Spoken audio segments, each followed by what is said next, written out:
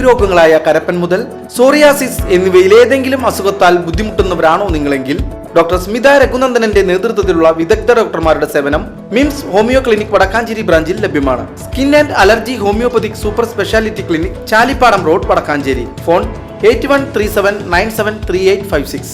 വടക്കാഞ്ചേരി നഗരസഭയിലെ വിദ്യാലയങ്ങളിൽ ജൈവമാലിന്യം സംസ്കരിക്കുന്നതിനായി ഒരുക്കിയ തുമ്പൂർമുഴി മോഡൽ എയറോബിക് കമ്പോസ്റ്റ് പ്രവർത്തനം ആരംഭിച്ചു. പദ്ധതിയുടെ പ്രവർത്തനോദ്ഘാടനം നഗരസഭാ ചെയർമാൻ PN സുരേന്ദ്രൻ നിർവഹിച്ചു. വടക്കാഞ്ചേരി നഗരസഭയിലെ വിദ്യാലയങ്ങളിൽ ജൈവ മാലിന്യം സംസ്കരിക്കുന്നതിനായി ഒരുക്കിയ Thumburmuzhi model aerobic compost unit പ്രവർത്തനം ആരംഭിച്ചു. Vadakkanchery girls LP school, girls high school എന്നിവിടങ്ങളിൽ പദ്ധതിയുടെ പ്രവർത്തന ഉദ്ഘാടനം നഗരസഭാ ചെയർമാൻ PN സുരേന്ദ്രൻ നിർവഹിച്ചു. ഒരു മാലിന്യ സംസ്കരണ പ്ലാന്റ് ഇവിടെ ഉണ്ടാക്കുകയാണ്. Aerobic composting unit Thumboormuzhi മോഡലിലാണ്.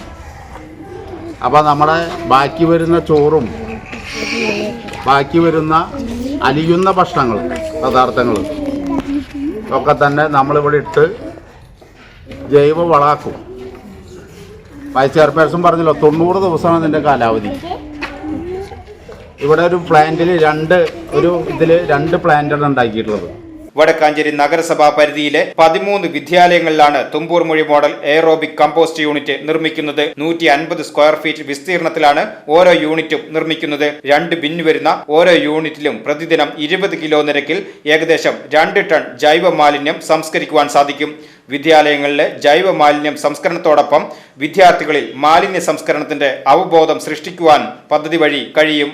Vadakkanchery girls LP school അങ്കണത്തിൽ നടന്ന ചടങ്ങിൽ വടക്കാഞ്ചേരി നഗരസഭ വൈസ് ചെയർപേഴ്സൺ ഷീല മോഹൻ അധ്യക്ഷയായി. സ്ഥിരം സമിതി അധ്യക്ഷരായ AM Jameela B teacher, PR Aravindakshan, Swapna Sasi, CV Muhammad Basheer, കൗൺസിലർമാർ, ഹെൽത്ത് വിഭാഗം ജീവനക്കാർ, സ്കൂൾ അധികൃതർ, നിർവഹണ ഏജൻസി ഉദ്യോഗസ്ഥർ തുടങ്ങിയവർ പങ്കെടുത്തു. VCV news Vadakkanchery.